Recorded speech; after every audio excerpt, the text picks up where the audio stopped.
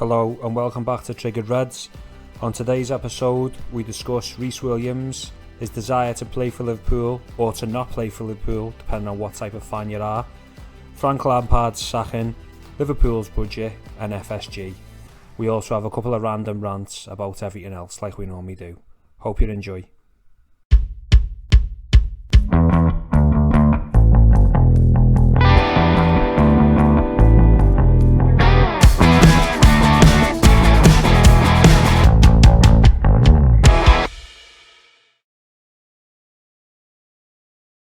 Slag. Right then, should we start? I've already started, so I just got you going. Slag. Oh, Yeah. Okay. Well, one prediction was right, wasn't it? I said United would knock us out the FA Cup, and the other one I said McGregor would do Poirier. Poirot, quite easily. But... Well, we all thought McGregor would do Poirier. Credits to Dusty Dust, Diamond Dust, Double D, for getting the business done, and it lines it up for a triple at a mega fight, doesn't it?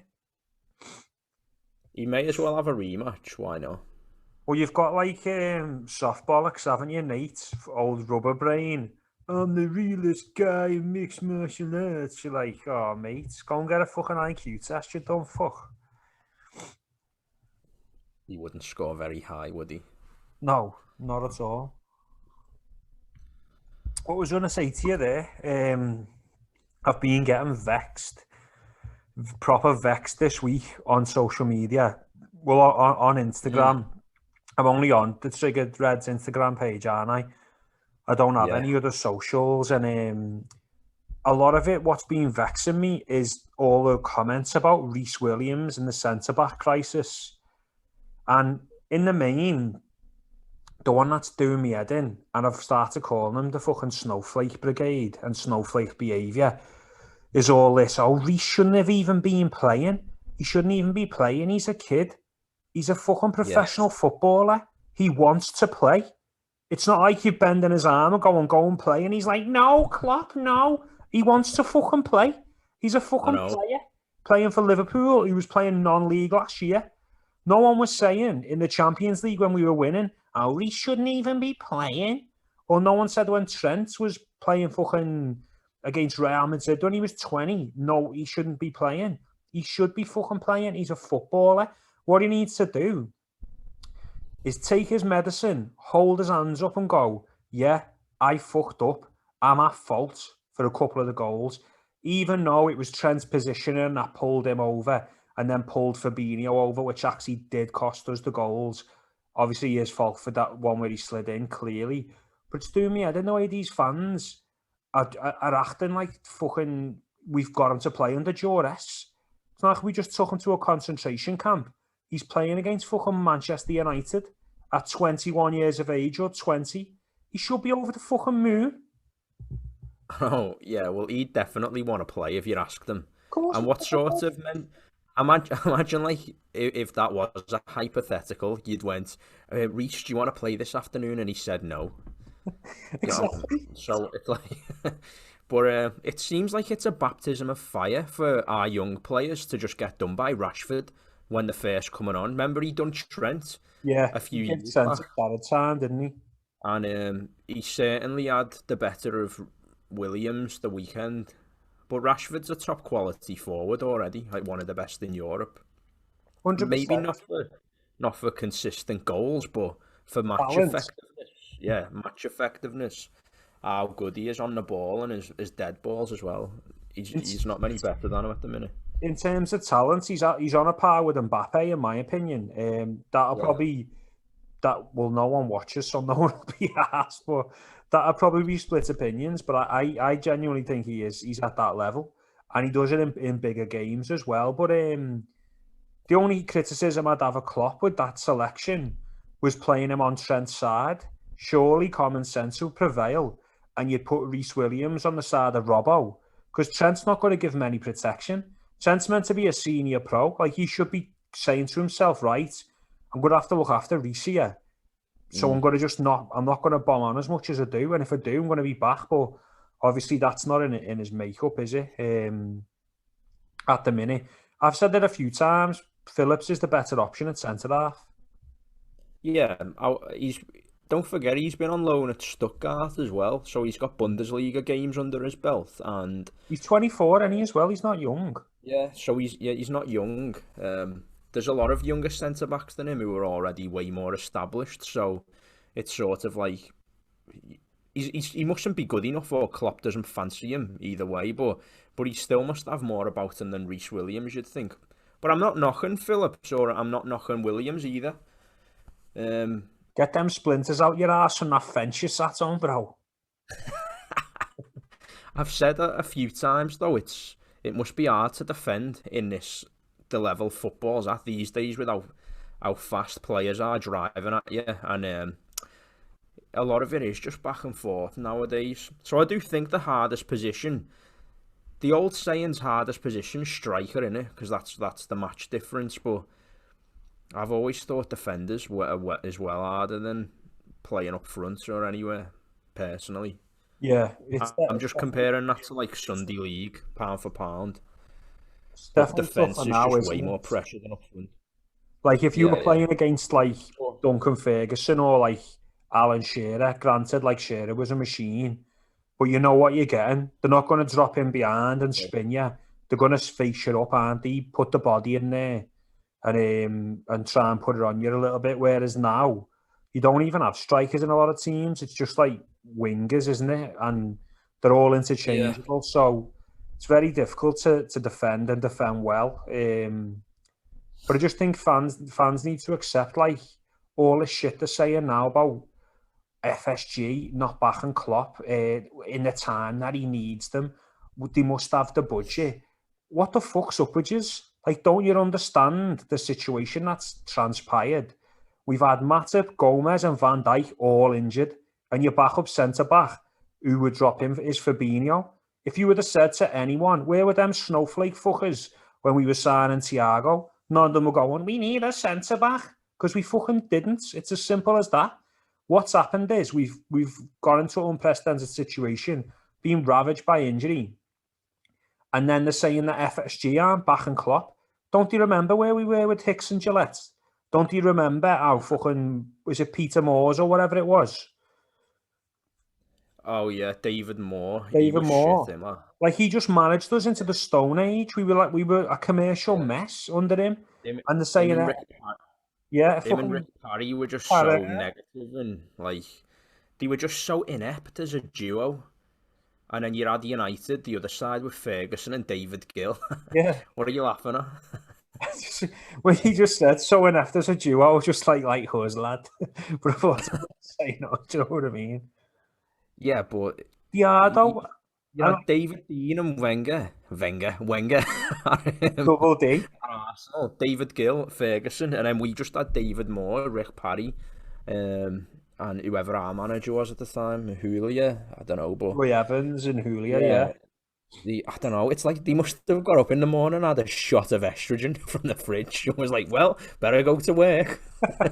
We've got deals to do." Just imagine them, can't you? In like cutting edge deals, like trying to sign like Hammond from Newcastle. We'll pay no more than 3 million. Newcastle, like we want 9, done, like straight away. No fucking negotiating there. Like just take your estrogen pills and crack on. Come off the boardroom and Rick's like, brilliant, David. How do you do it? But this is what I'm saying. Like, lad, we had to bring in, was it fucking Martin Broughton to broker a deal so we didn't go into administration? Yeah, you had him and Christian Perslow, the two stopgaps. Yeah, and they had to come in and make sure that the club didn't go under because of Hicks and Gillette. FSG come in. Financially was sound with one of the global powerhouses for commercial soccer, as they say in the US. We've won everything you can win other than the domestic trophies. And now just because we won't get a centre-back in January, they're saying FSG out. Fuck off. Do you remember when I think it was Tifo did a video last year and it was breaking down Liverpool's budget, and essentially what it was saying was the vast bulk of the profit Liverpool make plays for the players' wages. So the Champions League money, the this money, the that money, the Sky money, it all goes on the players' wages. The biggest outgoing at Liverpool Football Club is players' wages. They can't just fabricate cash from thin air They're a franchise company juggling multiple fucking global teams. But you get all the fucking snowflakes, go and buy a centre-back. And then they're all putting... I'm going to stop ranting in a minute. But they're all putting posts up about Mbappe. Fucking hell, we can't even get fucking Scott Dan from Palace. Never mind Mbappe at the minute. I know you put a post up about Mbappe today, but yours was funny. Yeah, I know. FYI, it was Mbappe. Yeah, it was Mbappe in a Liverpool kit, and then I just captioned it. Some will say it's photoshopped, but go and check it out on the Instagram. What was you saying then during your rant? Which part? Something I wanted to say, but then you moved on so fast. About what? There was something I wanted to say, but then you moved on dead quickly. Been on my chest for 2 days, I'm sorry, Steve. I can't remember anyway, but it's not that important. But they probably did shoot themselves in the foot, FSG, whoever, the board, letting Lovren go. But it's in hindsight. So, again, we're all experts, aren't we, knowing what happened. So, what can you really say about that? I don't know. Yeah. Looking back now, we probably should have kept Lovren for another year. And I don't like the rhetoric you hear when people go about a team. Oh, they'd be nothing without Van Dijk. They'd be nothing without De Bruyne. They'd be nothing without fucking whoever Chelsea have got. But it's like, of course they would. Of course they would, though. That's why you sign a player like that, to plug a gap that you were missing. And yet now what that player's gone, we are going to be majorly exposed, whether it be Van Dijk or... Well, De Bruyne's out for 6 weeks, isn't he, for City? But they're the one team that doesn't get impacted by any of that. Well, you love plugging a gap, don't you? I plugged a few, like... And being plugged a few times and all. It's like you say, with hindsight, though, there's a documentary out on Sky now, and it's called The End of the Storm. It's about, like, Liverpool's title win. And it's quite a good documentary. It starts from when Klopp came to the club and all the rest of it. And... It says the situation where we sell Mignolet, and Klopp says 2 weeks before the start of the season, Simon, come to see me. It's like, hello, Jurgen. And he said, like, he's been offered a chance to go back to Belgium. His wife wants to go, blah, blah, blah, blah. And he was like, well, we can't really let you go. And he's like, the family wants to go, and I really want to go. And he's like, all right, then. He's like, we've got Alisson fit, boom, boom, boom. So then Alisson gets injured. They have to go into the market to get Adrian, who was available on a free. And just to echo your point with Lovren, if Adrian wasn't there and we kept Mignolet would have got a well-deserved Premier League winners medal, wouldn't he? Because he would have played like 15, 20 games that season.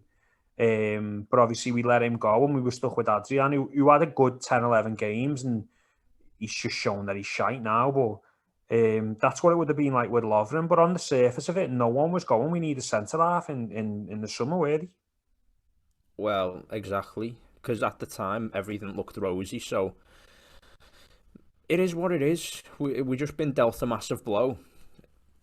Like, not only the Pickford injury on Van Dijk, Richarlison's on Thiago was fucking over the top as well. And Richarlison hasn't even apologised for that, to my knowledge. He's a cunt, him. And I guarantee the Pickford and Richarlison in that dressing room were probably gloating about doing the two of them in as well. Yeah. Probably. They just seem the type, especially Richarlison. Just can't take to him. Like, I still like... even though he was a cunt, Diego Costa for Chelsea, I was like, I'd love to have him. I was just going to say that. Not Richarlison. He tries to be a cunt, but then it's all this rolling around shit on the floor. And he's cuffing the same cloth, though, isn't he? Like that dickhead cloth. Yeah, but he acts like a hard man, but then just portrays absolutely nothing. Like you. Well, I was going to say you there, but you beat me too. Barry Bromberry, they call you. I've remembered what I was going to say when you were on about players' wages.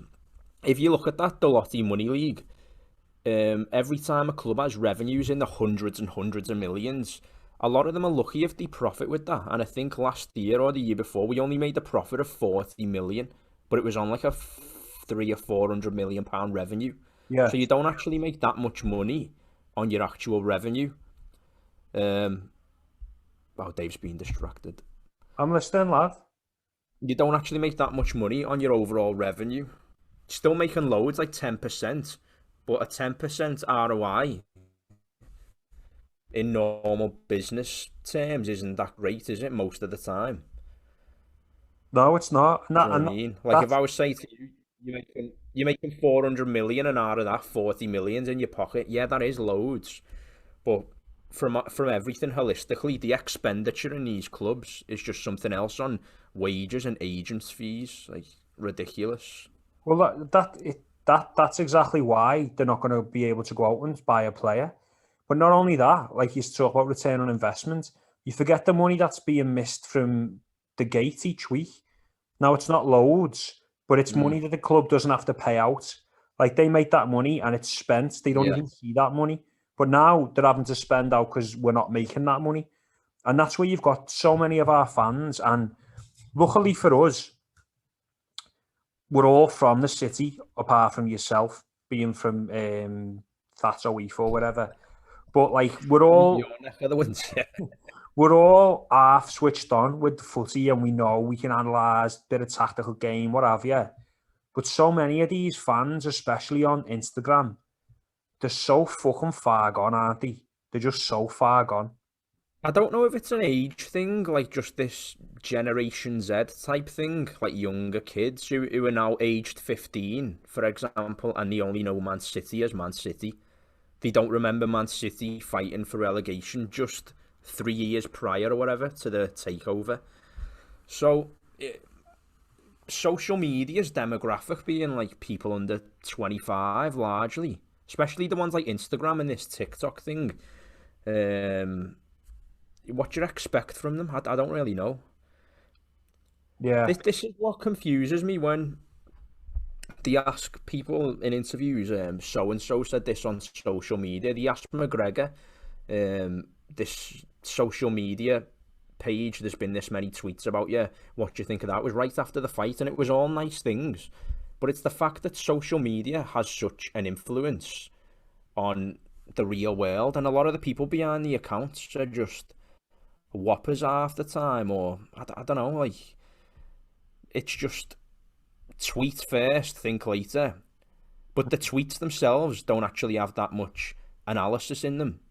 But yet they're held, like, they get publicity. I can't think of specific examples, but I just wouldn't take it much stuff on social media as gospel. But yeah, the footballing world seems to.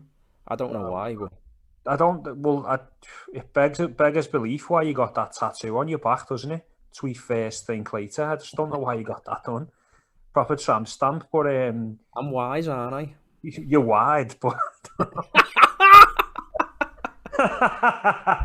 I know. No, what you're saying, and it's not just sport. It's not just sport, is it? Because like people that have No, got it's not. influence, It's not right. people Go that ahead. have got well, sound like our Ryan. People that have got influence over the world, like I've said it before, like people like Joe Rogan. He has to be very careful what he puts out because he could put something out on the gram or Twitter or whatever he's on, and people there's a percentage of the world that would take that as gospel and do what he's exactly said. And Yeah. it's like you say, it generates that following for no reason. But what I've noticed on like Instagram and YouTube, pages regurgitate the same shit over and over and over again. But that's just journalism now anyway, isn't it? Well, pretty much. I mean, I've just built a Facebook group there for something else, and I've got a few members in that. Yeah, a little plug. I'll plug that in a few weeks. But yeah, but there's not really an ulterior motive with it. But I've been doing that, just regurgitating posts. But that's to get conversation going. For I say there's not an ulterior motive, but there's a purpose to it. But when I it is still just no doubt. pointless, when it is just pointless though, I know what you mean, and it's like the same old shit all the time. I don't like the them fan pages which seem to have thousands and thousands of followers, and it's just a picture of someone like random, like a player we'll sign, and then it'll go, "What do you think, Reds?" And that's it. Like, that's it. What else? Like, Just have a bit more about you, innit? There's no substance behind so much of it, but it's as you Yeah, say, that's it. Well, no substance. it's the demographics, isn't it, that you're looking at, and we're probably at that age now where I've said it to you a thousand times. We were the last generation of real kids, like people that were like 27 to 30. I know. Well, not you, stuck in the library, but I know Steve does look a bit younger than he is, but we went out and like played and got chased and got a legger and threw eggs at cars and did bomby fires and that. Like we did real kid shit, played football all day long. Played. You went down the alley with that fella, didn't you? For fuck's sake, trying to get to a point here. And you said you wouldn't mention that. But like we played football from like 9 to like under 16. Like when you play right through, you do know a bit and you can see a bit. But like kids now, straight on FIFA at fucking 9 or 10, they're not out there playing. They're all socialising online. They're losing a lot of the fucking essential social skills. And I don't think it comes across well as when you've got those pages that are just pale kids like you. And they've never been out there, they've never done it, they've never went in for a fucking 50-50 tackle, but they're talking about who they need to sign. What is out there for me? Yeah, that's another point I've got. A lot of people are opinionated, and I've in no way played at like a high level. Like, what's our peak? Prescott Cable. Yeah, Prezi Cables for our Jacks. It's a 60-yard shot on his hamstring. I didn't. For 45 minutes. It was a clash of knees. Oh, That's confidence, lad. I know that. Fucking hell. They were all shouting Stevie Beckham on the touchline. I went, I may as well. But Stevie Bruce was shouting.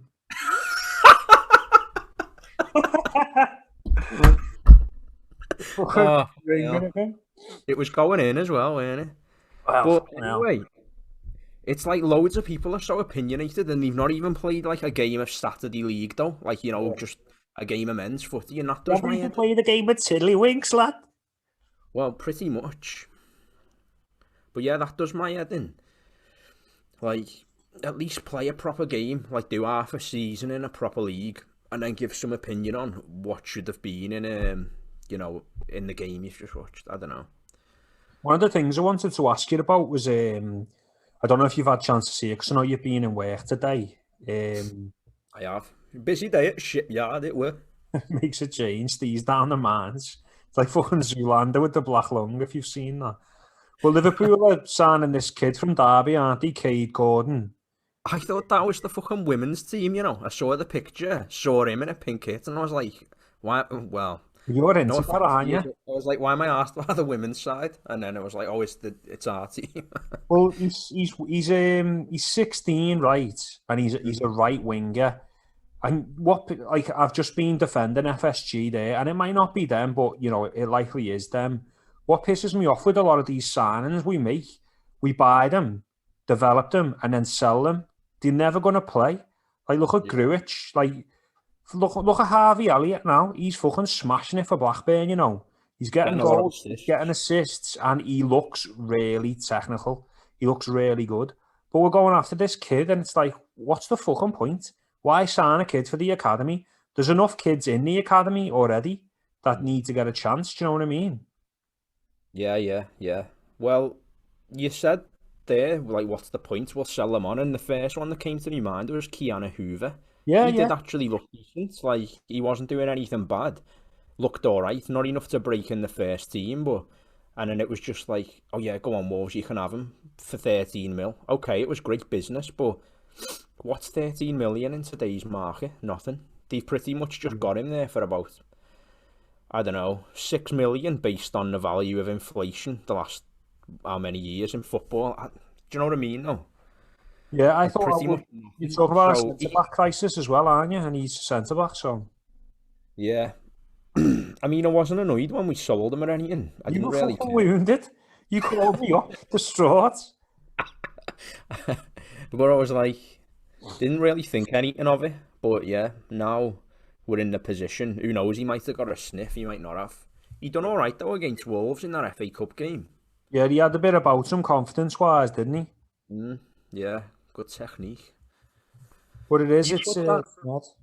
you put that Daniel Agger video up yesterday, didn't you? And I was watching the strike, and it was like fucking hell. Like the Premier League back then was just so technical. Yeah. He drives forward with it, shows a screamer, and then we've got like Alonso and Gerrard in the midfield, and just I took it for granted how good they were with the ball at the feet back then. And Mascherano, like he got a lot of shit, like, but he was actually good at like little 5-10 yard passes. You know, I know it sounds easy, but he wouldn't just go side to side, he'd go forward. And Momo Sissoko had a bit about him as well. He was like the, our Patrick Vieira at the time, and he just couldn't get a game because of who was in front of him. But he'd probably get a game in our midfield now. That version of Sissoko? Yeah. Yeah, maybe he would. Like, I mean, Ali Sissoko. Oh yeah, fucking hell. Scorer of one of the greatest ever Premier League goals, away to Stoke. I think we said this before, remember we seen him at the Drake concert, was it? Yeah, with Brad Jones. Yeah, what a fucking crew they are. I know. They were out getting some puss after that, weren't they, Brad and Ali? Yeah. Probably ended up in fucking the Pen and Wig, or what's the one in Benidorm? The Ship's Cats. Yeah. City are 4-0 up here against West Brom after 50 minutes, and since West Brom drew with us, they've conceded like 5 goals on average a game. It's fucking ridiculous. I know. Well, we're in that phase, aren't we? Where we're hard to stop at the minute. No, easy to stop. Sorry. Hard to stop. I know. We were in that phase last year, but now we are in that phase where anyone can just play against us, get a result, and then the next week they'll just go to shit. It seems. They were giving us praise against United the other day. The pundit, I hate Gary Lineker, by the way. I fucking hate him. Like, I just don't like him at all. For many other things other than football, but he was so fucking backhanded with his one-liners, and he was made up we fucking lost. He was fucking happy he lost. The only one who was sticking up for us was Righty. Lad, did you see my messages on the group? I echoed exactly that.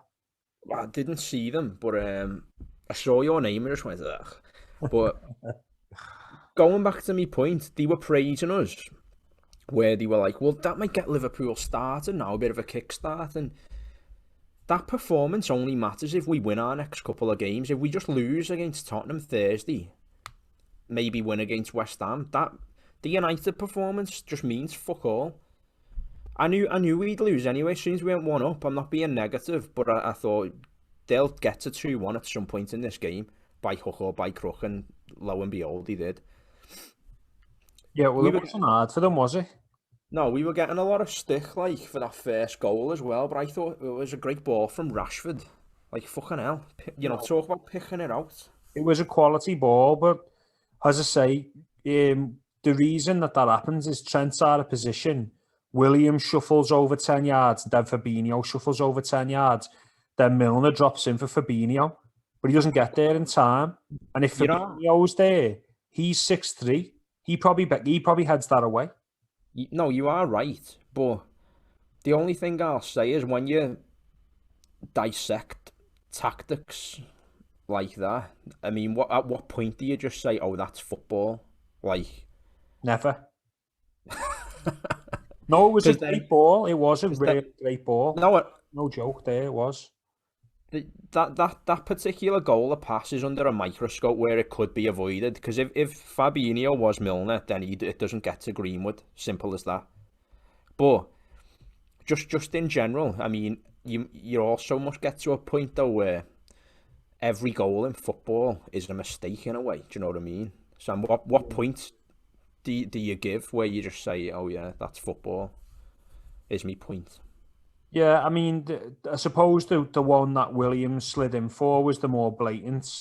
I wouldn't say the first one was a mistake, because we all know where Trent's going to be, and it's not going to be in position.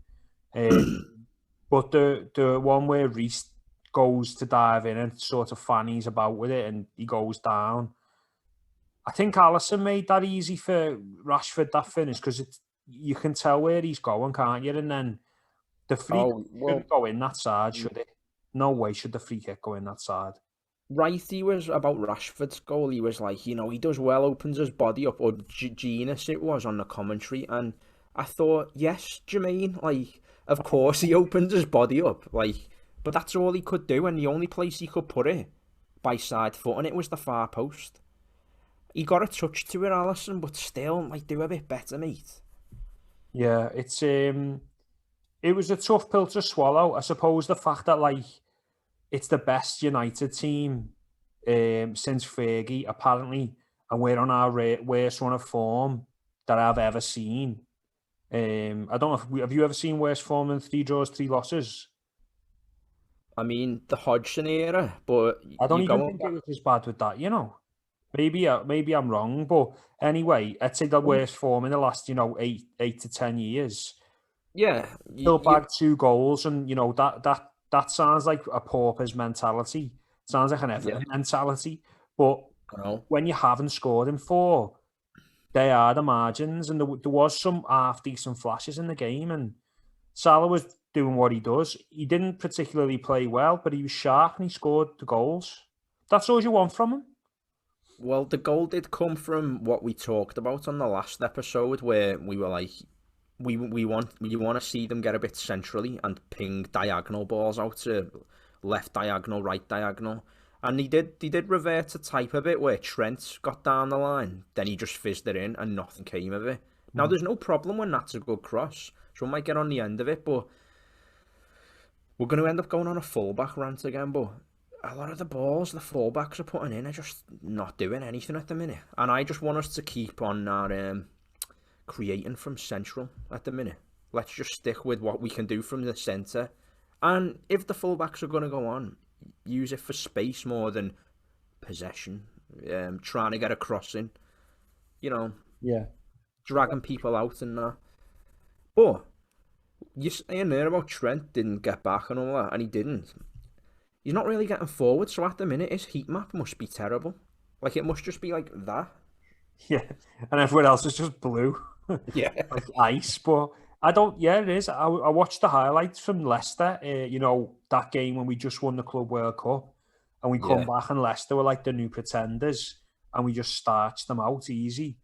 And Yeah. is the way where he was so advanced. Like where he scores that goal from is the edge of the 18-yard box on the angle, isn't it?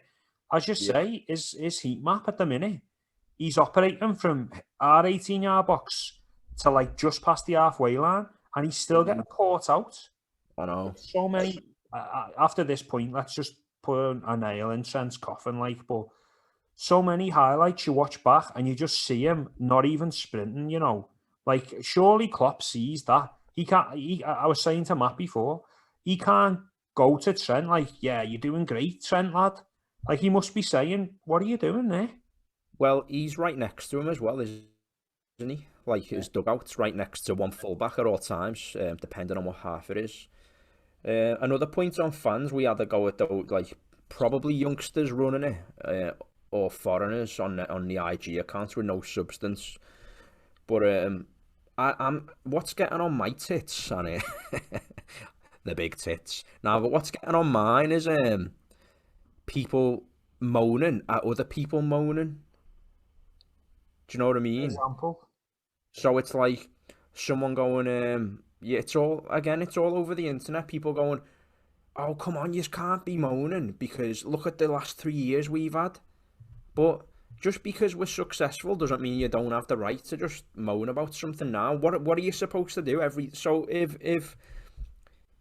if Trent or fucking Henderson or any player, Robertson, fucks up and then we concede, are you supposed to just go, he has been bossed out for the last 3 years? Give him that one.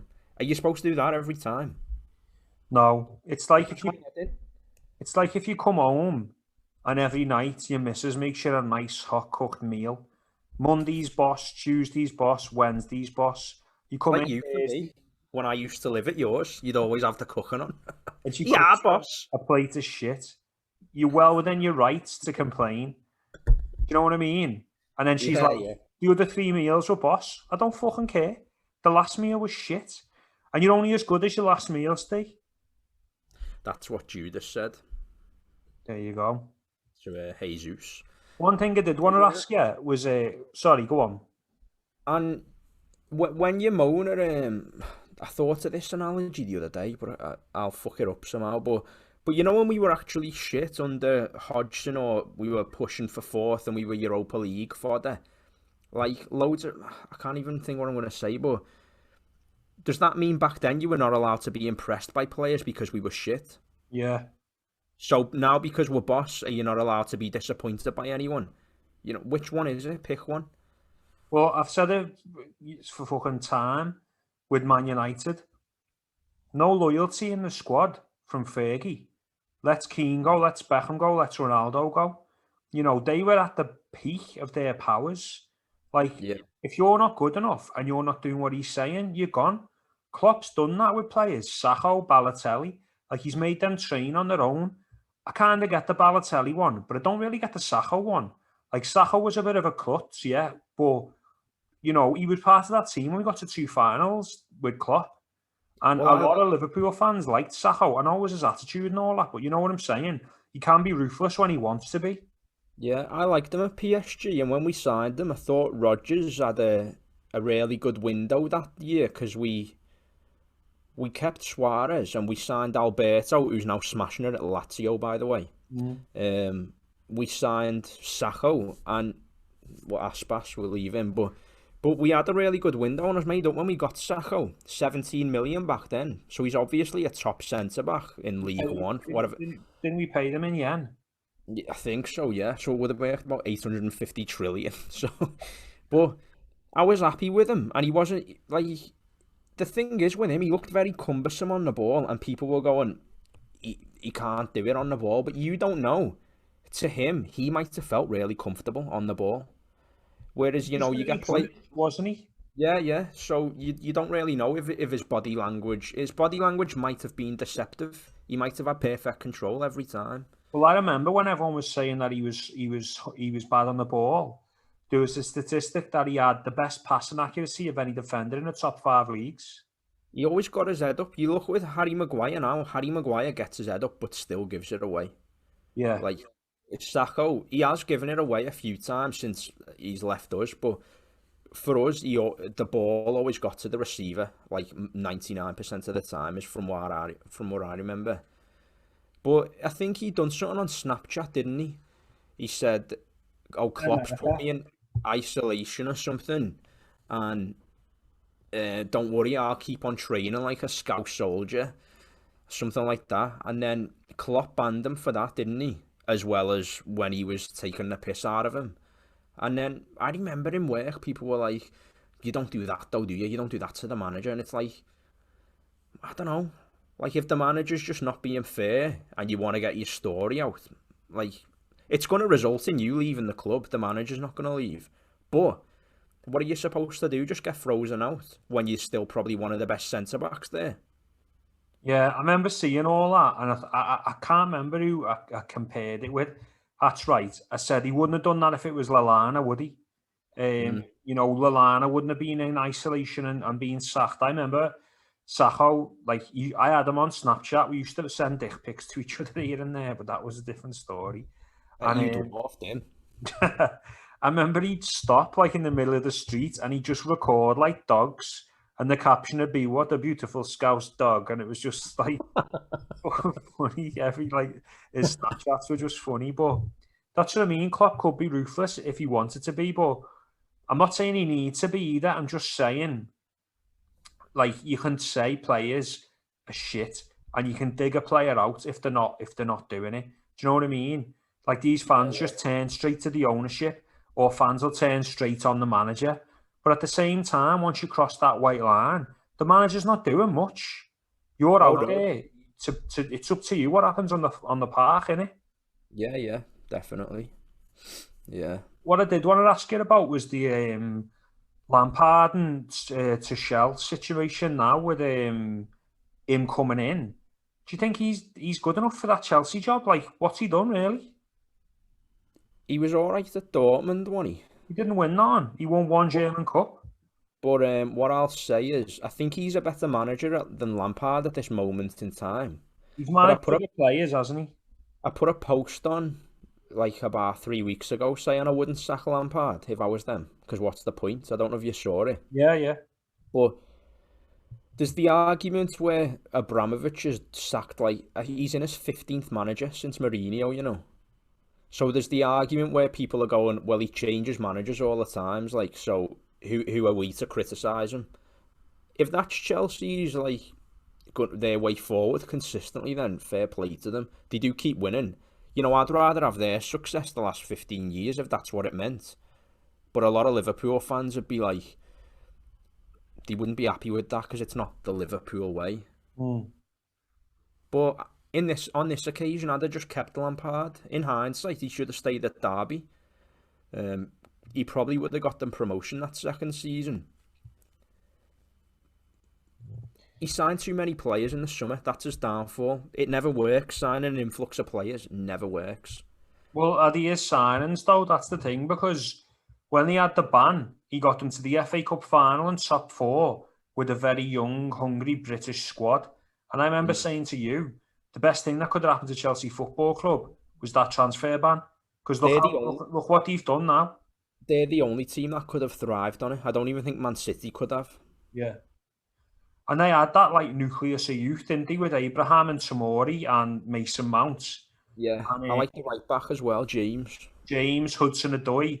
You know, that's a great nucleus of young English talent there. You know, most of them are English. They give them a chance, they smashed it. They spend a fucking fortune on all these players now.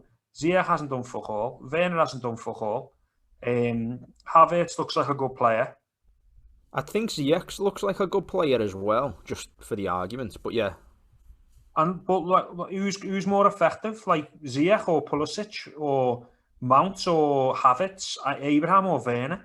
Like, I know you're a Havertz fan, but you know what I'm saying, don't you? Like, have they been 300 million quid worth of player? Don't think they are. No. The thing is with me as well, like, I don't watch games, like, not a full 90 minutes, but I watch a lot of the other leagues, you know, just highlights and that. And Havertz has had a good couple of seasons with Leverkusen, so I'm still thinking of Havertz at Leverkusen. Now, I never liked Werner at Leipzig. You didn't want him at us, did you? No, I didn't want him at us. I just don't like that kind of player. I thought when he comes in here, he's going to be like a Robbie Keane when he signed at us, just a busybody that doesn't score. Exactly what he is. But why he's not scored any goals is beyond me. You know, he should have. He had a good game against Southampton at home when they drew 3-3, but they threw the lead away. He missed that today, didn't he? And all. Havertz, I would have had Havertz a couple of years, but like, yeah, if Havertz was still at Leverkusen now, I think he'd be perfect to play in that Firmino role for us. The Leverkusen Havertz, not the Chelsea one we're seeing at the minute, but it's the price they paid for him. 70 million rising to 90. You don't play that for someone who just links the play, really, do you? No, like, but that's like I know we signed centre backs for that much, but you got to be doing, when you're just paying that much, you've got to be doing more in general, and it's not Havertz's fault, but you've got to do more than just try and link the play, I think. Yeah, they've got too many players as well, haven't they? In wrong positions, like they're trying to fit them all in, aren't they now? Because they've signed so many, and it never works. Like they already had Kovacic, Jorginho, and Kante. There's 3 centre mids, but now they've kind of got Havertz and Ziyech, and they're like kind of like centre mids as well. And I think there was an interview with Ralph Hasenhüttl, and he managed Ziyech's right mid, isn't he? What's that? Ziyech's a right mid, but he cuts in. But he's also like a 10 as well, and yeah, I do think he's one of the best in Europe for a whip, like that left foot whip cutting in. There's not many better than it. Yeah, I know that, but if you're playing with Werner up front, what's the point in doing that? You should be playing with Tammy Abraham then. Exactly, or Giroud, and when Giroud plays, he scores. Yes. It's just stupid. You're buying players that don't fit together, but Hutel was saying, because he managed Werner at Leipzig, and he said he's a brilliant player when the whole team is based for his game, when they all play for him. And when they don't, he can become down. And when you're at Chelsea, it's like De Bruyne and Salah. The whole team isn't going to be around you. And Torres, when Torres went there, like Liverpool's team was built for Fernando Torres. Yeah. See, that's not the case, and it's not even the case if you're the manager. The whole system's not going to be for you. I think the only one who's flourished in it, was probably Drogba, but that's just because he was a classic Mourinho mid-2000s type signing, not that prolific. He started scoring more, but you cast your mind back, Drogba was not a prolific striker, but so effective. And they're a bit, they play it a lot quicker now than they used to under that Mourinho era, but yeah, they just haven't made it click since they won the title in 15, didn't they? But they haven't been peak Chelsea for a good few years now, like. If you think of their strikers, right, like it's a graveyard for strikers like Torres, Shevchenko, Crespo, Morata, Higuain. Like, they're elite level strikers, and none of them could cut the mustard at Chelsea. Like, Falcao even went there, didn't he? Yeah. If you think about, like, before Drogba, who was the top guy there, it's like Good Johnson and like Hasselbank, innit? Yeah, it's that era, the Ranieri era. And then after that, is Diego Costa the only one that's made it? Because Costa was boss for Chelsea. Yeah, that's it, Costa. That's what I'm saying. I think to be a success at Chelsea as a striker, you need to force the way they play a bit. You need to be like a big character on and off the pitch as well. You can't just be a cute running behind. You need to be like a bit of a dickhead and throw your body around and still score goals as well. Yeah. Carragher said, is it Henry or Drogba his hardest forward he's played against? Probably Henry, isn't it? He said Henry, but he's always said like Didier Drogba was a beast. Yeah. And he was. I love Drogba. Yeah. And Costa as well. That season was brilliant when he won the league. Yeah. And Elka had a great season with them. Yeah, in 2010, I think. He got golden boot, didn't he? Yeah, they did have Eto'o as well, didn't he? Yeah, they signed him, yeah. Fucking hell, the strikers they've had, lad. The last 20 years, they probably attracted the best talent from around Europe who've gone there. Like, you forget the players who've gone there and just not done anything, but they were boss in the respective clubs before them, like Quaresma. Yeah. Who's the Brazilian one at Milan? He's fucking boss. When he was at Pato. Yeah, Pato, yeah. Didn't he go there on loan? Yeah, but they've still had like big name players who were really good at one point for European sides, and then they've just gone to Chelsea, and it's like, yeah, we'll take you on for a bit, and they just can't do anything at Chelsea. You know what the most famous number 9 is, don't you? Franco Di Santo. Khaled Boula Harouz. Was he number 9? Yeah. Yeah, he wore number 9. Yeah. The right back. Yeah. Fucking hell! What a random number that. I know. I'm positive he did. You may as well give Trent 66 if that's the case. When you look at our strikers, though, like, fucking hell, Voronin and that, you know what I mean? Like, we've had a shitload of strikers that are crap. We must have been about 16 when we signed him that summer, and the first game against Derby, we beat them 6-0, and he scored in it, I think, 1 or 2. And I remember going to you, might have a little Van Nistelrooy on our hands here. I remember that, yeah. Yeah, that was shocking, that. Didn't they Chelsea sign Mattia Kejman as well? Yeah. He was dubbed the next Van Nistelrooy, weren't he? They had him and Mutu and all these mad players and all that. Boss though, lad. I know. He got done for cocaine and was charged like 11 mil or something. I know. He was a really good player. Big fight news of the day. No. Jake Paul versus Ben Askren. Is it? Yeah, in a boxing match. A boxing match? Ben Askren will get fucked. I know. Have you seen his striking? Yeah, he will get fucked by Jake Paul. I know. I know. I think he'll get done in, like, because I've seen stuff on that, like, even before, you know, like, today and that, like, it's always been a known thing, his striking's just appalling, and when he come in, I don't know if it was a 1FC fight I was watching, but he goes in from the bell, and he just goes in straight like that. Yeah. Like, hunched over with his hands ready, like Masvidal says, ready to play patty cake.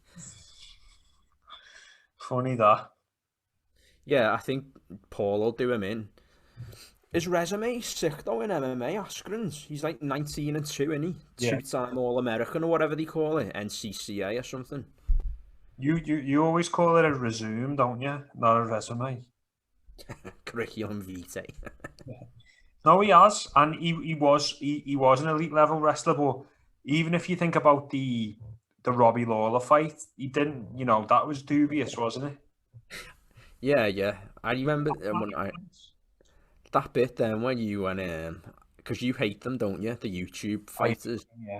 As soon as I said that, then you were like, and then I told you it was, and you were like, Askren will get fucked. Well, I always get the brothers Paul mixed up. Yeah, who's the one that's been hounding Conor McGregor? That's Jake Paul, lad. You're not a Jake Pauler. I don't know what he do, but he was saying to McGregor, weren't he? You got beat by a bum. Like, I was offering you 15 million to fight me. Now I'll offer you 5-0 apparently. Whatever, you've got him on whatever. But he says then he was saying like, I'll give you 10 grand cash. I was like, just fuck off, mate. Like, honest to God, he's a talentless fuck him. But is his brother the one that's for KSI? Yeah, Logan Paul. He's playing Mayweather. You're clearly not in the Logan guy either. No.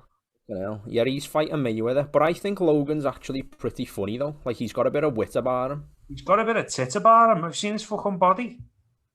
Yeah, he's immaculate, isn't he? Shredded up. Yeah. He looks like a fucking Greek god or something. Yeah, he is. He's a big kid. Yeah. So I wasn't sure if it was him that was fighting Askren. So I thought was fighting him when you said. So I'm like, I don't know much about the other one. That's what Geordie said. He put it on TG2 last night. So he had Paddy the Baddy on the live stream. You told me, yeah. But you watch it. I bet that was fucking funny. Last night, he's removed comments on from his videos because he keeps getting trolled. Who? Paddy or Sue? No, Geordie. Like, people going, you don't know what you're on about. But like, he's done it a few times now. He was going, oh, his back's proper red, man. And Paddy was just like, no, that's just off the cage. And there was one ages ago when he was shouting at the boxer going, get up!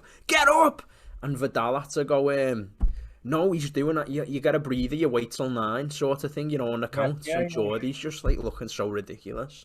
So people keep going, like, you don't know what you're on about. And then he's come out last night reacting to the live stream, going, I'm removing comments like, I've never said I'm a pro fighter. I'm just a fan. If you want a fan's opinion, then stay here. He said his mental health's taking a beating and all that. But okay, now you know what though? If you're in that game, you're in that game. Like, I watched the rebuild too. We're in that game now, bro. No, lad. I watched the all comments welcome, even hate. I watched the rebuild. Anything. I watched the rebuild too, and I told you, didn't I? Like, he gets really emotional over his ma. Yeah, and I can't get behind him, I'm just surprised that he put that out there, but he's probably had his little minion, Lawrence, like, that'll make for great television, like, in the background. And I know you were having you put some comments up about Lawrence, didn't you, on one of the True Geordie things, and said he needs a better Liverpool fan on, like a proper Scouser. Like, he never backs us, ever. Well, he was a Scouser and he made his accent go away on purpose, didn't he? Snowflake. But I'd seen some lad commented on your comments saying... It's like the opposite of you. You were born in Warrington, then you've come here and you've got rid of your Warrington accent on purpose. Go on, some lad commented. Yeah, he commented like, he has a different opinion than you, does he? So he's wrong. And I was like, oh, fuck off, mate. Did he? On YouTube? Yeah, lad. I was so surprised you didn't take him to church. I haven't clocked it. You've seen the notification before. I'll find that little cunt. You can see the rage behind Steve's steely blue eyes there. No, I don't even remember what I said. I just said something like he needs a better Liverpool fan because he's just so, again, inept. It's like, fucking hell, mate. Because, you know what? I said to you the other week, the United channels are better than the Liverpool channels. Stephen Olsen and Adam McCullough they're passionate, but yet they still know what they're going on about. Whereas something will happen in a game with Liverpool, and Lawrence will just break it down and try and do some quantitative analysis on it and be like, no, what you're not thinking of there, mate, is you're lacking. You're not thinking of the feelings. Something like that. He'll say. Fucking Eddie Hall. What was that accent? That was Lawrence's. Lawrence is from Stoke, isn't he? Oh, is he? There you go then. No, I don't. I'm joking. I don't know.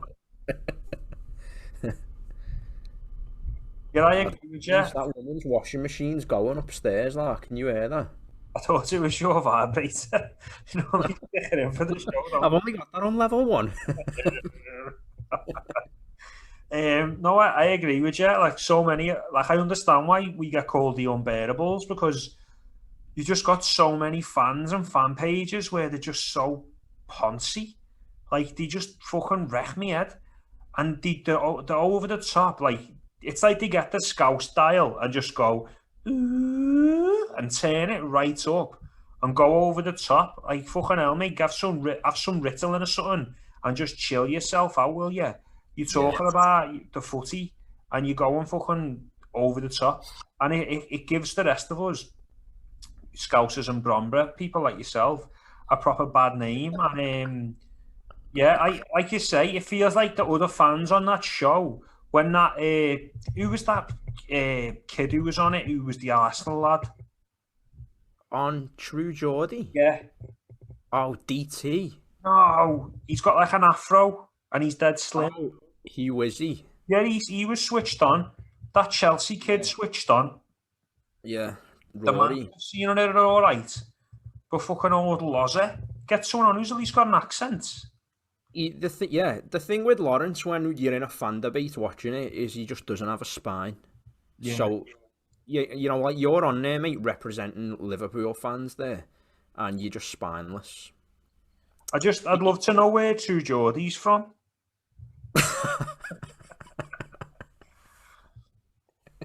LA. Yeah, that rebuild was a heavy watch. Like it was like 2 a.m. I couldn't keep, and I was in bed, and I just had it on, and I was like, "Wow, this is like some deep shit." This, and I thought to myself, like the trolls are gonna take him to school here. I know you're into all that, though, aren't you? You're into all your emotional shit. Well, at least one of us has got a heart, lad. I'm the one who's got all the emotion. People see your face on this, and it's just like it's like this. Like a great white shark. Is that your cum face? Ask your ma. Oh, love it. Original there. I know. Yeah, so Thursday, innit? The match, yeah. What do you think? Who knows, like, fucking hell. I tell you what, though, I'm not getting on board saying we'll go and beat them because we played well in patches at United. Who knows, like, fucking hell. If there was a crowd there, I don't even know if a crowd's making it more pressured in a way half the time, or if it's not. Because I'm thinking to myself, I'm sat there thinking, if there's a crowd, I could see us beating Tottenham at White Hart Lane. Is it White Hart Lane they call it now? I don't even know what it's called. I'm thinking... It's the Harry Kane Arena, isn't it? We could beat them at the HK Arena. But I don't know. Like, they need a win. We need a win. I tell you what, though, if we go in with the same defence against Son and Kane, who knows? Yeah. I'm not saying that means they'd run riot and score 4 or anything, but Tottenham are probably going to score in the game, aren't they? Can we score more than them? I can't see us keeping a clean sheet. Well, you can't see us keeping any clean sheets at the minute, and that's where it's dangerous with the strikers not scoring. And Firmino's had fits and starts, but I don't think he's at the level anymore to be a starter in that team. And I think we all agreed when Jota was fit, he was going to come in. When Jota was fit, we were 5 points clear, you know. Mad, innit? Jota is cutting the mustard, like, you can't complain with that. But if Klopp was hell-bent on getting a Firmino replacement, out of anywhere in Europe. I said to you the other week I'd go for Lautaro Martinez. You know, if it was FIFA, you're talking fan talk, I'd bring him in if you could get him. Like, if Klopp's obsessed with just playing this style of football for his tenure, I'd go for Lautaro Martinez in the summer, but looks like he's going to go to Barca at some point. He's got a wonderful strike on him as well, though, hasn't he? And he can hit it from anywhere. Like, one of the criticisms with Bobby is he gets the chances, but he's got like a fucking spoon on his foot. He can never like direct the ball on target on like a first time shot. Like, so many of his finishes are just scuffed finishes, or like he'll react in the box fast. Like, he had a chance the other day, didn't he, in the first game against United, and it just kind of curled out for like a throw in there enough. It was just shocking. But you know what, we need to win that game. Like, City are 5-0 up after like 65 minutes. The game's nearly over now, but they're playing at a level of comfort now, and United are, because United are overachieving, so there's not really much pressure on them. United won't win the league this year, by the way. They won't win fuck all. I hope not. They're all talking about 21 and 21, aren't they? It's not happening, lad. Like, I'm sorry, but City are just going to barnstorm this fucking league. There's no pressure on them. They're just going to play football better than everyone. De Bruyne is out for 7 weeks, 5-0. No, I know. And like I said, they're the only team that could do that. Who've they got in the midfield now? Is Fernandinho still playing in there for them? Isn't he? Cancelo plays right back, but he can play in the midfield. Today. Phil Foden drops in between, doesn't he? He's just top class, yeah. So Mahrez can play left, can play on the right and centre. Bernardo Silva, Gundogan, he's the dedicated centre mid, isn't he, out of all of them? Rodri. Yeah, and Rodri. So. Ferran Torres as well. Yeah, who's like a goal scorer and he can drop back. Like, fucking hell. Yeah. If anyone's to win the league out of them two, like the two Manchester clubs, I hope it is City. Yeah, I mean, and at least with City, obviously, yeah, they do it the right way, don't they? And they are. We've said it all along. When they play their very best football and we play our very best football, theirs is better to watch. Yeah, yeah. But no one's asked if they win the league. If they win the league, it's like, oh yeah, City won the league. No one cares. I think I said to you at this point, I'd say top 4 in the FA Cup, and then when United bin us out of that, and you're like, well, that's another thing, and it's done me head in. Another feeble attempt at the FA Cup, like another year down, and never got past this round, has he? Hasn't he? No. It's just so annoying. Like, yeah, I would have taken the FA Cup, even though it's gone shit, it's lost its allure. But I would have taken it still this year. Like, that's something we've not won enough in our history. We've only won it 7 times. And then all of a sudden Arsenal have just pissed it. Maybe that sort of takes the charm away from the FA Cup as well, that they've pissed it the last few years. I don't know. Yeah, probably, because if like the big teams are winning it, like you'd have a bit more thingy with it, wouldn't you? It's when it became the FA Cup with Budweiser, it really went downhill. People say it's when Ferguson didn't go in it because he was in that tournament in '99, but for me it's when it was like the FA Cup with Budweiser, and then they had the final on at the same time as Premier League games. Yeah, I used to love the FA Cup. I really, yeah, like the Michael Owen Cup was just sick, wasn't it? You know, when we won that.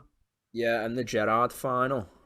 But going back to your statement there, like at this minute, right now, I'd take top 4 and a tilt at the Champions League. Like, but Leipzig are going to be hard to beat. They remind me of us a bit.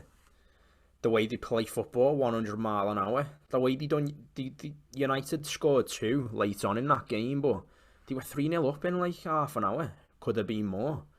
They were just so rampant all over the place. So it's not out of the realms of possibility that they could, get an early lead against us and go 2 up. But it's still a month away, isn't it? So we might be on form by then.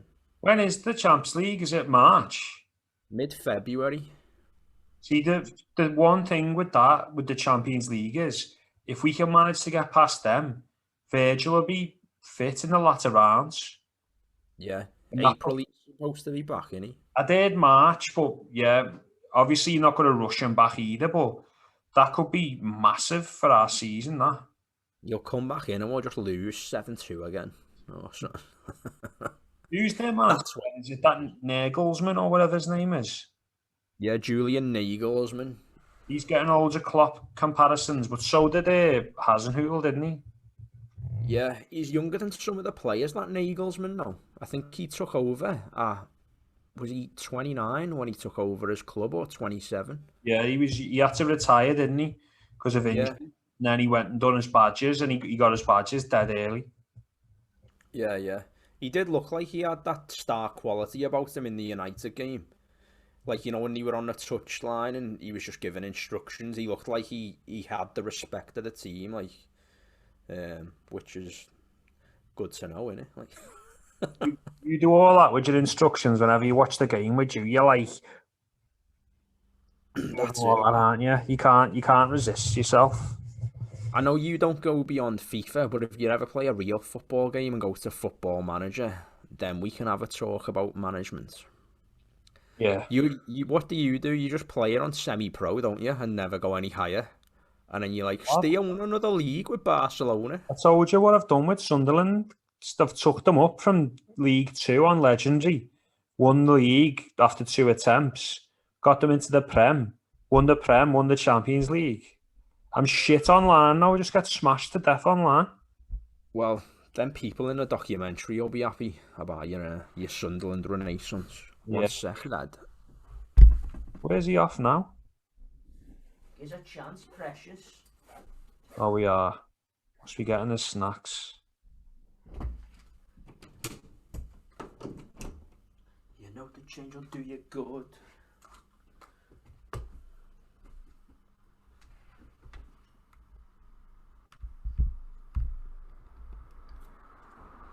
Fucking hell, where are you? Outside? Fucking battery was dying on my laptop. Professional as ever. I know you drag us down with your levels, like. I've got a bit of battery left, but I'll have to love you and leave you soon. I feel as if we've not really touched on anything specific this one. I think we have. Have you got well, you're probably right there. Have you got a prediction for Thursday? I was dead positive about United, wasn't I? This one around, and I just thought like he would have dug them out, and the players would have had a good look at themselves and thought like, fuck it, these cunts, they come to Anfield and they got a point, and we just lost to Burnley. Like, we need to bounce back. Let's do it today, and we just didn't. And I said it to you and said it to the lads on the group. Like, it's gonna sound mad, but I'd play fucking Phillips and Robertson at centre back, and I'd literally play Tsimikas left back, and I'd bring Fabinho back into the midfield, genuinely, because everyone's going about how slow Phillips is, but Robertson's rapid, and he could easily play left-sided centre back, and have him next to Phillips, like covering him for him on the high ball. And have Fabinho, Henderson and Thiago in the midfield if Henderson's fit, and just dominate the midfield, and then nothing will get through. Because at the we're too passive everywhere. I agree with you. Like, that would never happen in a million years. No, it wouldn't happen. That's what I said to you in my little fan theory the other month. I said, don't you reckon Wan-Bissaka and Shaw at centre-back for them would be decent? Because Maguire was so shit at the time. But Shaw's boss at left back anyway. He's had a real renaissance, hasn't he? But I feel like it's because of Salah just bitching out against him. He's just grown back into the player that he was. But Wan-Bissaka is outrageous. But I do think... sticking with us, yeah. Like, go on. I do think... I think we'll draw the game. Yeah. I agree with what you said there. I would do exactly the same. Like, why not put Tsimikas at left back and Robbo at centre? Like, what could be the contesting statement to that, the contestant argument. People People will say go, Robbo's "He's too too small, that'd be it. small." Yeah, that's it.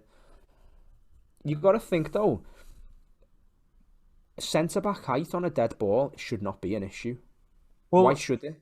no, it won't, because as you say, It's on gonna a be dead ball, you'd have Robbo on the post anyway, and you'd have all your 6-footers attacking the space. So there's no need to have that argument. But if you have Phillips there, I mean, he'll get exposed down that side because soft bollocks won't get back to defend. But he's outrageously strong in the air and in the tackle. He's a real defender of the ball. He reminds me like a really slow and worse Jamie Carragher, like a throwback. With Robbo, he can cover for his pace. But if Fab, Thiago and Hendo are in that midfield, or even Fab, Gini and Thiago, the midfield's different altogether because we'll win the ball up the pitch high because of Fabinho, and he'll drop back in. So when we are exposed, when Robbo, when Tsimikas does go, or when Trent does go, Fabinho will drop in anyway. So But don't forget, you're playing a Tottenham side who aren't going to be playing like West Brom anyway. The way they play is all on the floor, slick, pass and move. They don't play with the fullbacks are good, aren't they? Is it Reggie and the guy they got from Wolves? What's his name? Is he the other right back? Aurier's been playing a lot, but Oh he's yeah, been playing Aurier's like right sometimes he's been playing three at the back, haven't he? With Doherty in the three back. Oh, with is Dyer. Doherty a midfielder then? No, he is a right back. They bought him as a right back, but then Aurier's usurped him. But anyway, they don't play with a lot of crosses. So, No. like I say, apart from dead balls, which if you were to say Robbo's too small at centre back for dead balls, you got about 6 red shirts in the box. So that answers that. When would they really be putting crosses in the ball in open play? Like, not often because it's Spurs. They use Kane drops deep, doesn't he? And when he drops deep, like that's how it should be done. Those threaded balls to Son and Bergwijn and that. Hasn't he got the most So, assists in the league as well? yeah. I mean, personal opinion, but I think he's the best player in the league so far. For me this season, like It's hard to dispute that, and you only gotta. because. Sorry, I'll just elaborate. Like obviously there would have been players better than him, like maybe Bruno Fernandes is the obvious one, but I just don't think there's a player in the league that can do what Kane does. No, you're right. Score and run a game and assist like that.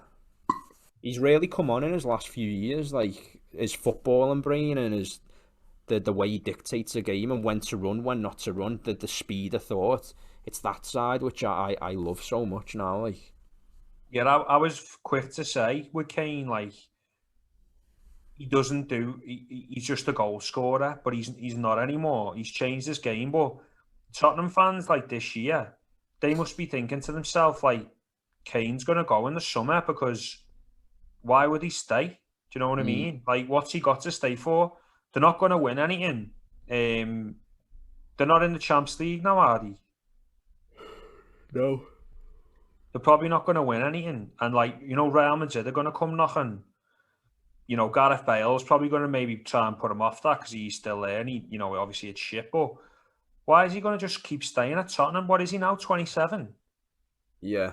He's I probably got think 3 years left, 3 to 4 years left at his very best.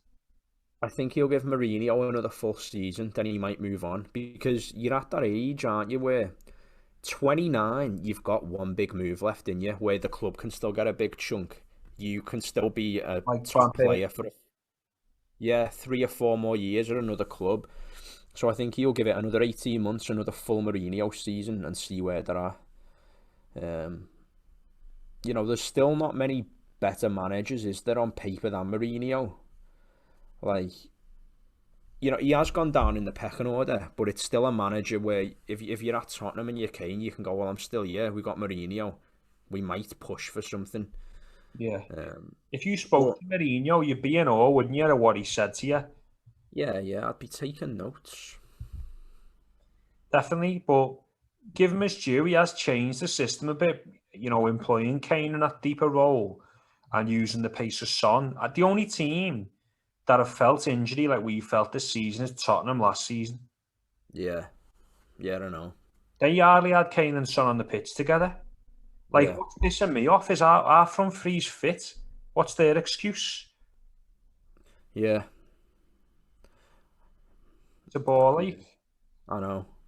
No, I agree with you. Like the one player out of the front three I've been really happy with this year is Salah. And me and you used to get on his back, didn't we? But it's I just think he's still been dead prolific, but there's something in his game I can't quite put my finger on. But it looks like his intelligence has gone just up a touch. But despite recently poor form against Luke Shaw and not counting that, but yeah, the run in the dink the other day on his right foot, because I said to you that's what's doing my head in. He's not hitting it with his right foot, and then does it the other day. It's a goal. Like, Yeah, I've always said it to you. You just should play in the centre, yeah, either as the 9 or the 10, because he hasn't got that skill to beat a man one on one.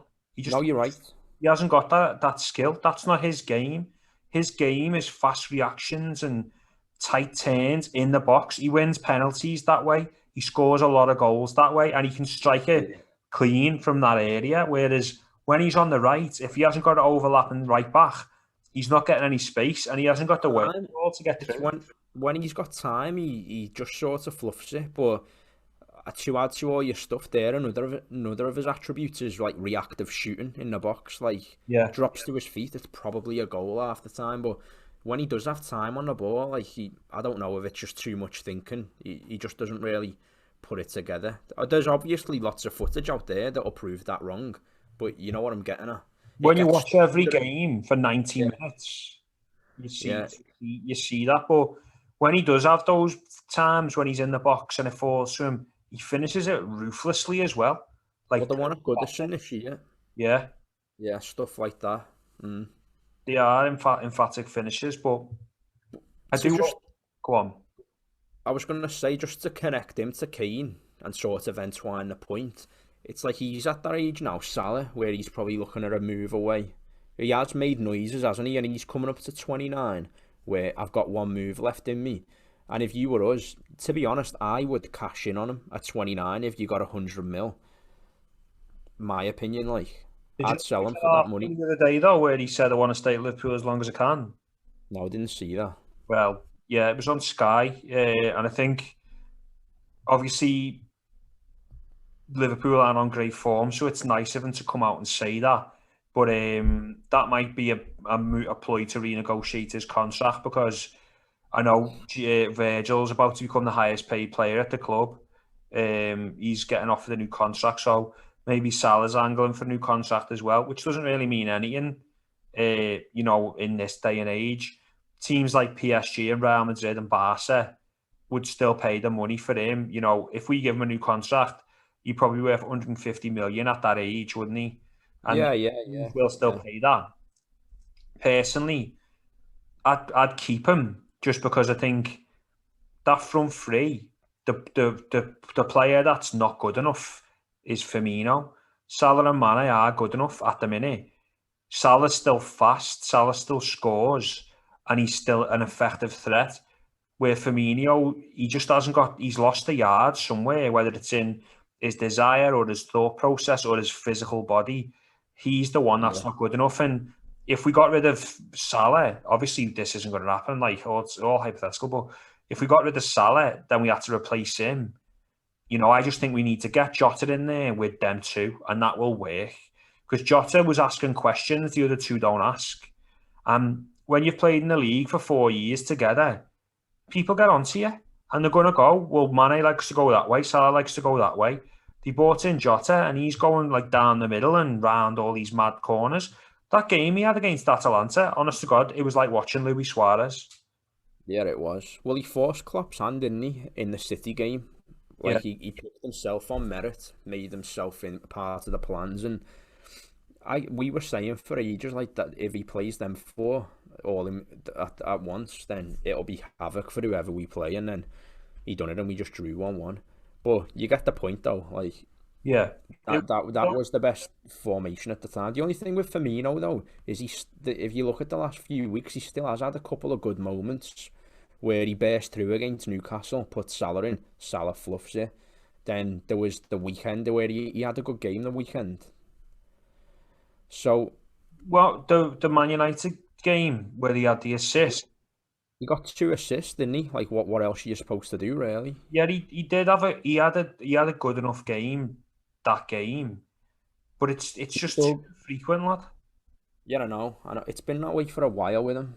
He's always been the one, if he doesn't score, you can still see what he does. He's never been that striker, has he, where if he doesn't score, he's shit, like a Lukaku. I would mind him not scoring if he was playing deeper, but he's not. He's playing as our number 9, and he's getting chances every game and missing them every game. And the form that we're currently in, you can't afford to do that. No, you're right, you're I'd right. have him playing off Jota and that, you know what I mean? But I think we need to Thiago needs to go higher up the pitch, definitely, to see the best out of him. And hopefully, I don't know, he's not going to do nothing different with that team. The team that played the other day is probably the team that's going to play on Thursday against Spurs, barring if there's any fresh injuries or anyone's come back. But Fabinho's been a colossus at centre-back, but I'd rather have him in midfield. Simple as that. Yeah, I agree. Well, we'll see what happens Thursday then. And well, I'm gonna have to go because my battery's dying and I'm not really near a socket. So why? We'll stop the recording now then. Yeah. Yeah, go ahead. Go ahead, lad. Ta-ra.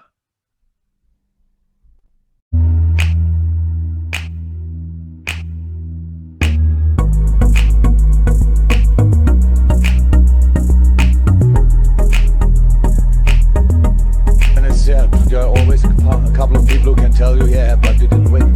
So now, let's talk about 6, baby. Let's talk about you and me. Let's talk about all the good things and the bad things that may be.